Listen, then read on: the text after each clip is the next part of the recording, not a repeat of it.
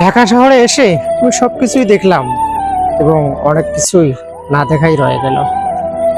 ঢাকা শহরে এসে সবচেয়ে যেটা বেশি দেখলাম সেটা হলো বাংলাদেশে মনে হয় শুধু 2-3 জন রাজনীতিবিদই ছিল, তাদের কারণেই আমরা এই দেশ পেয়েছি। শেখ মুজিব, জিয়াউর রহমান, বিশেষ করে এদের 2 জনের কারণে মনে হয় এই দেশটা পেয়েছে। কারণ যেখানেই যাবেন দেখবেন এদের নামেই বড় বড় প্রতিষ্ঠান, এদের নামেই অনেক নামকরণ করা হয়েছে সরকারি প্রতিষ্ঠান। কিন্তু বাংলাদেশের স্বাধীনতার সময় প্রথম প্রধানমন্ত্রী তাজউদ্দিন আহমেদ সহ জাতির যে 4 নেতা ছিল তাদের নামে কোনো প্রতিষ্ঠান আমার চোখে পড়ে না। হয়তো বা 2-1টা আছে, কিন্তু সেটা চোখে পড়ার মতো না।